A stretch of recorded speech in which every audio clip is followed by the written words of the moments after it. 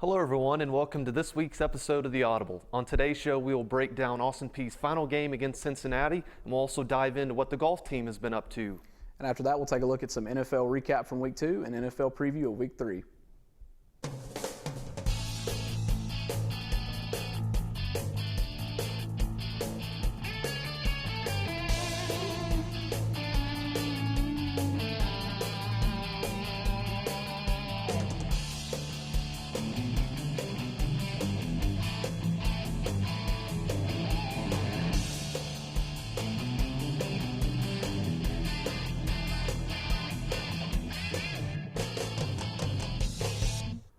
Hello everybody, and thanks for tuning into The Audible. I'm Ashton Rich alongside my co-host Patton Cook.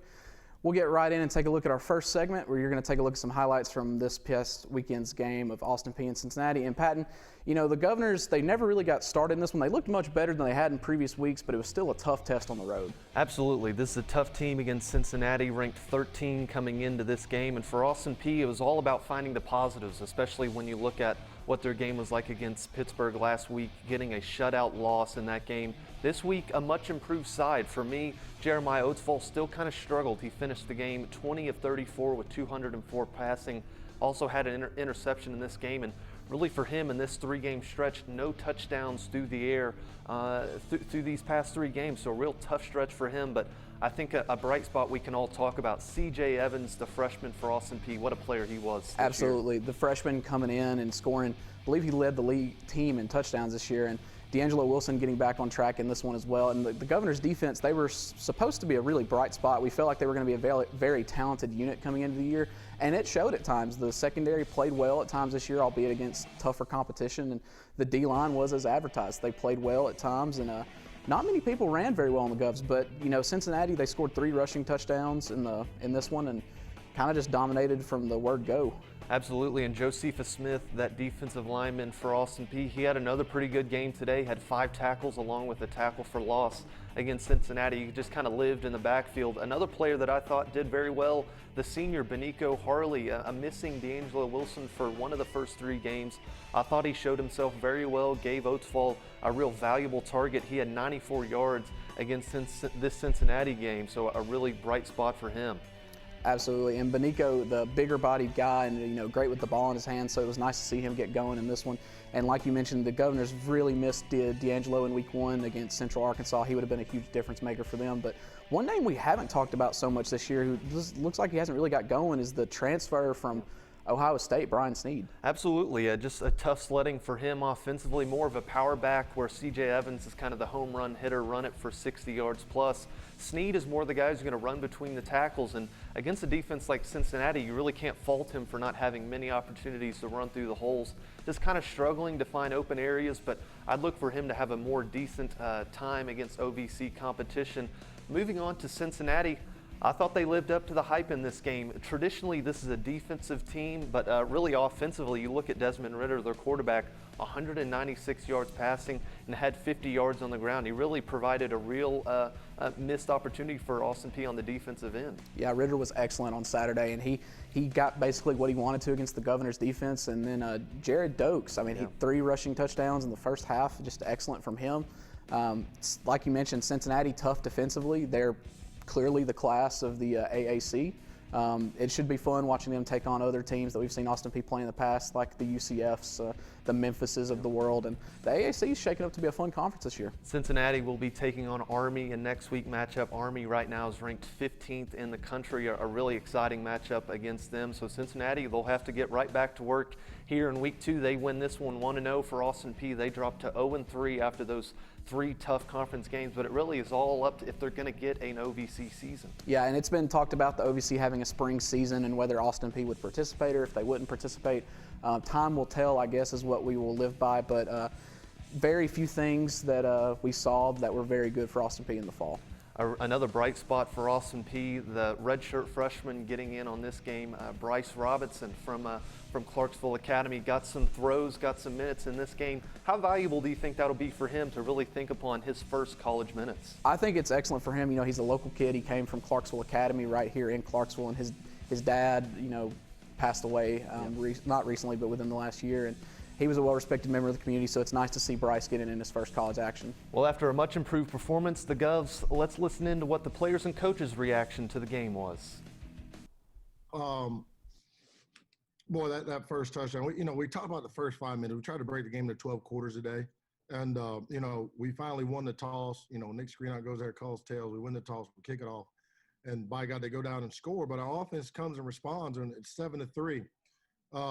We go into the halftime or whatnot, and I think we're down, 28-3 or something like that, I believe.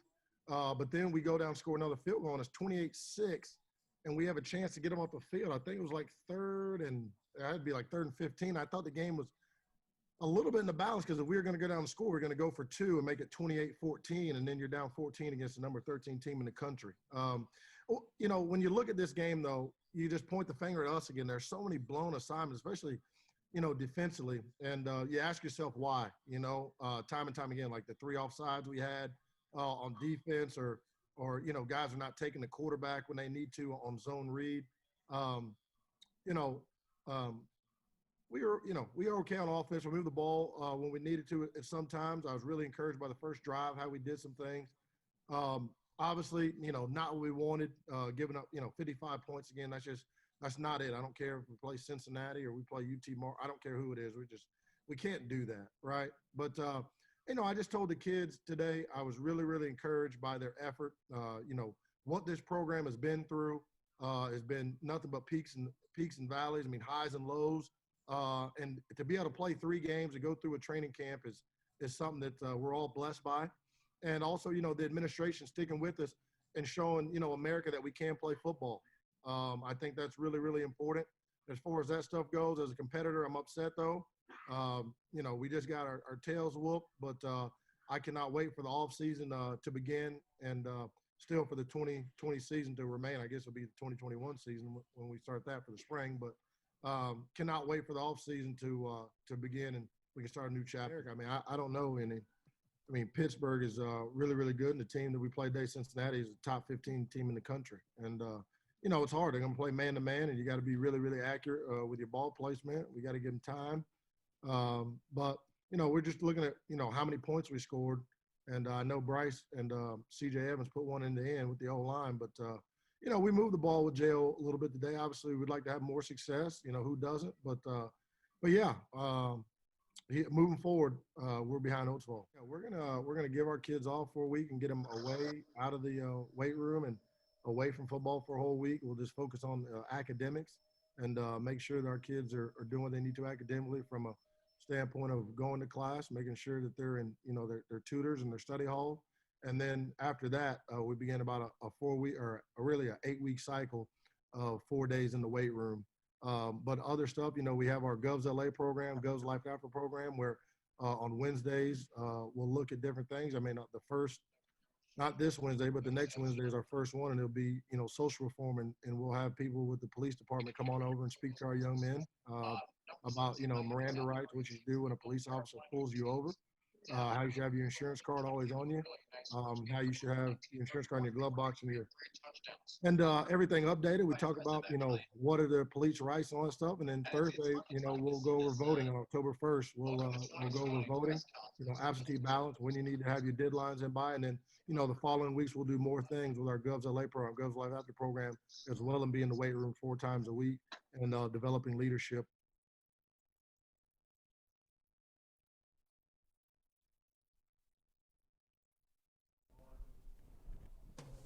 Coming up, we will hear from the APSU men's golf team and how they're handling their season. You're watching The Audible on APSU TV.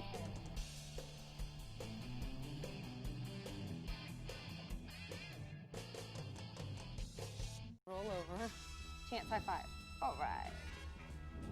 When you adopt a shelter pet, you discover all the things that make them unique. And your mother and... I am totally a hot person. Right, guys? Thanks for being honest. They're a little bit of a lot of things, but they're all pure love. Adopt pure love at theshelterpetproject.org.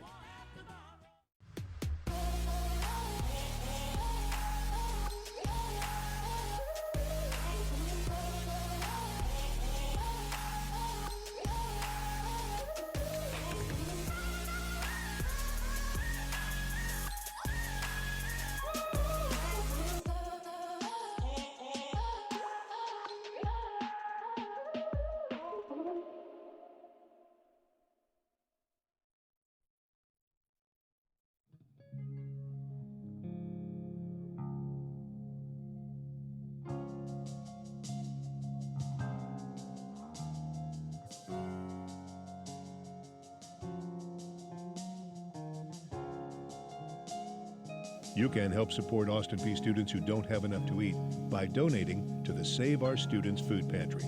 The Save Our Students Food Pantry is looking for soup, pasta, canned meat, canned beans, peanut butter, and fruit. You can drop off your donations at the food pantry on Home Avenue. It's open Tuesdays through Friday, 8:30 until 4. For more information, call 221-1620. A campus reminder from Austin Peay. I was physically at school, but my mind wasn't at school. I had problems at home. That's when I met our niece. She started helping me a little bit, like, Nia, I don't know what you're doing, but your future is more important. She's my strength. It takes a village to help somebody get their diploma. It changes your whole life. Find free adult education classes near you at finishyourdiploma.org. Welcome back to the Audible. Let's take a look at how the Golf Govs are getting ready for their season.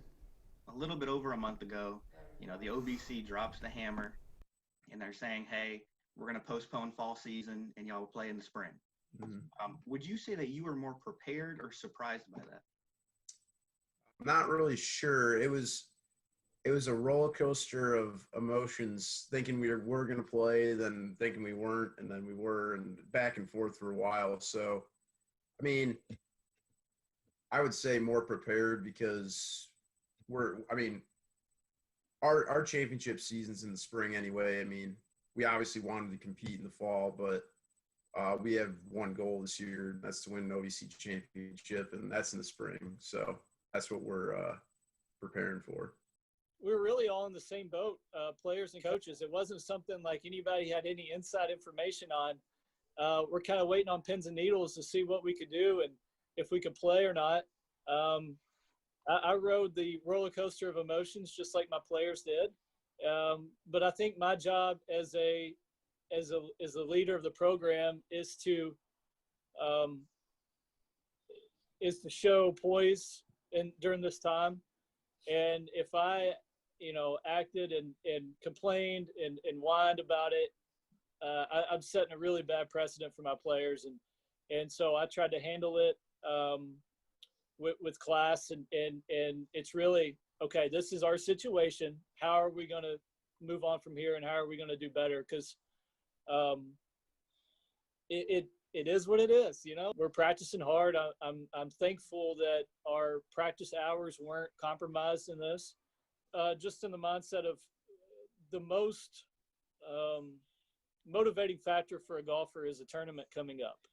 If you have a tournament coming up, you're looking at working on kind of the finer details of your game. But what we're trying to do is just be competitive every time we come out. And we're playing a lot more. There's a lot less drills, and I'm sure our guys appreciate that. But we're competing and we're playing and trying to just, if we're beating each other, we're making each other better too. So that's all that we're doing is practicing really 3 days a week, working out 2 days a week, and trying to stay healthy and trying to stay safe while we're doing it. We're looking really good this year. We got, a really, really old team, I guess you could say. And we got, we had a transfer come in. He's playing well. I think it's going to be we're going to have a really good chance this year. Stepping away from Austin Peay golf specifically for this last question, Coach, the U.S. Open just wrapped up the other day with Bryson DeChambeau taking the trophy. Do you have any thoughts or takeaways from that if you were able to watch it? Yeah, I was able to watch it. And from a coaching point of view, you have to really admire somebody that had a plan, had a goal, worked extremely hard on that goal and that plan, stuck to it, despite all the grief he's probably getting from his contemporaries about it. And, like the guy or not, I mean, he accomplished what he set out to do. And I think that really says a lot about, who he is. He's not probably the warmest personality or somebody you want to go hang out with all the time, but you got to give it to the guy. I mean, he said, this is what I'm going to do. And he went ahead and did it. And anytime that happens in sports or life, it's pretty cool to see. Well, as the head coach there was just talking, pretty much all sports in the OVC, other than football, have been moved to the spring. Ashton, how much is that going to hurt them, just not knowing if they're ultimately going to end up getting to play this spring, because it's really all in limbo? Yeah, and like you said, it is in limbo. You can still practice, you can still kind of recreate game week, match week, if you want to call it that, as much as you can, but there's no substitute for the real thing and the real experience. So I think it's especially challenging for Olympic sports right now, and golf and tennis and all those other ones. And it's challenging as an athlete, not knowing whether you're going to be able to compete this year, if it's going to be kind of a lost year for you. Right now, they're just kind of practicing away at their craft right now, looking to be in the best form they can be coming up this upcoming spring. For this team, Ashton, though, it's a lot of returning players, so you really got to like their chances in the OVC. Yeah, you do. Like the young man on the video mentioned, it's a very old team. There are a lot of upperclassmen on the team, so they should be very talented. But one thing I do want to get into real quick, the coronavirus pandemic has certainly created a unique fan experience across the NFL this year. Without fans, stadiums look very empty, and at times they can sound very empty. So let's take a look at how Green Bay Packers fans are adapting to their new fan experience. A game day unlike the others. It's weird. It's real weird. I mean, sit out here, hear the fireworks going off in the stadium, and look around, and there's nobody in the parking lots, there's nobody tailgating anywhere. With Lambeau Field's parking lots empty and no fans in the stands, people say game day in Green Bay feels a little bit different. Not the norm. Normally this parking lot would have been packed by now. Lori Hill has been selling Packer apparel on game days for 20 years. This is definitely not normal for us. We usually have people lined up all around the table. While streets may have been emptier than usual, nearby Packer bars were not. It still feels great to be surrounded by all the Packer fans here. There's nothing like being with Packer fans here in Green Bay, Wisconsin. Packer houses still found ways to celebrate. We have one of the greatest views in America sitting across the street from Lambeau Field, so might as well take advantage of it. People say they're hoping to find normalcy in a day like today. Be safe about it, and just get out and have a good time with family and friends. That's what it's about. That's what it brings together. It brings together people. And that's what we're looking to see, is just that positive thing that comes from the sporting events. Coming up after the break, we'll step away from the collegiate field and talk more into the pro scene, as we'll look into all things NFL from weeks 2 and 3. You're watching the Audible on APSU TV.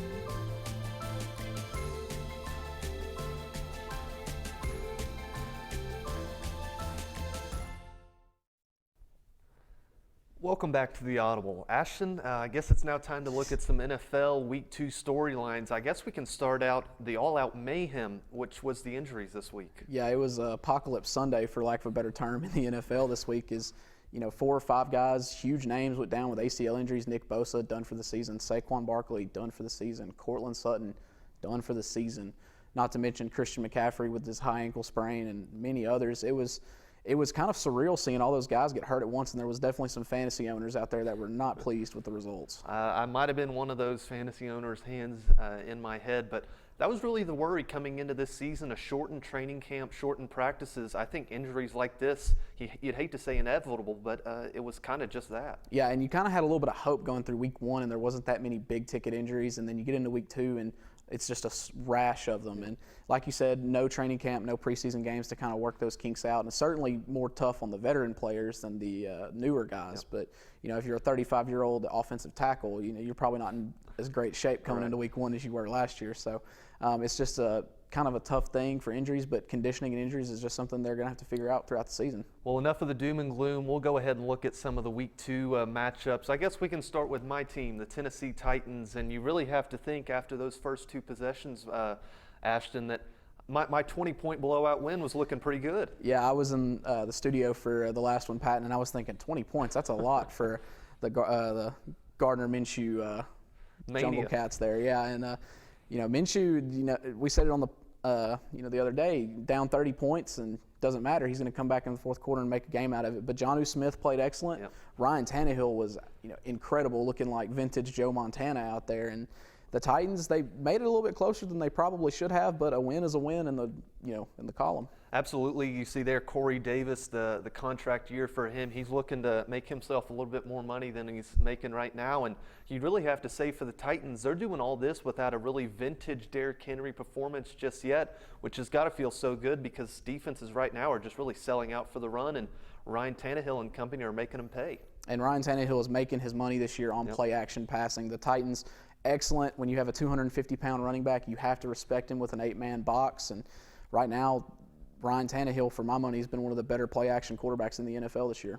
And unfortunately for the Jacksonville Jaguars, after their much effort, Minshew ends up throwing an interception late in that fourth quarter, which ended up sealing it. But really, you can take some bright spots out of this if you're Jacksonville, because this year you were thinking tank for Trevor Lawrence, but they're looking to do the opposite of that. Absolutely, and undrafted free agent James Robinson from Illinois State has been a revelation for them so far. And like you mentioned, Gardner Minshew playing well above his pay grade as a 7th-round rookie, I believe, last year. And if you're the Jaguars, you added a couple weapons in the offseason.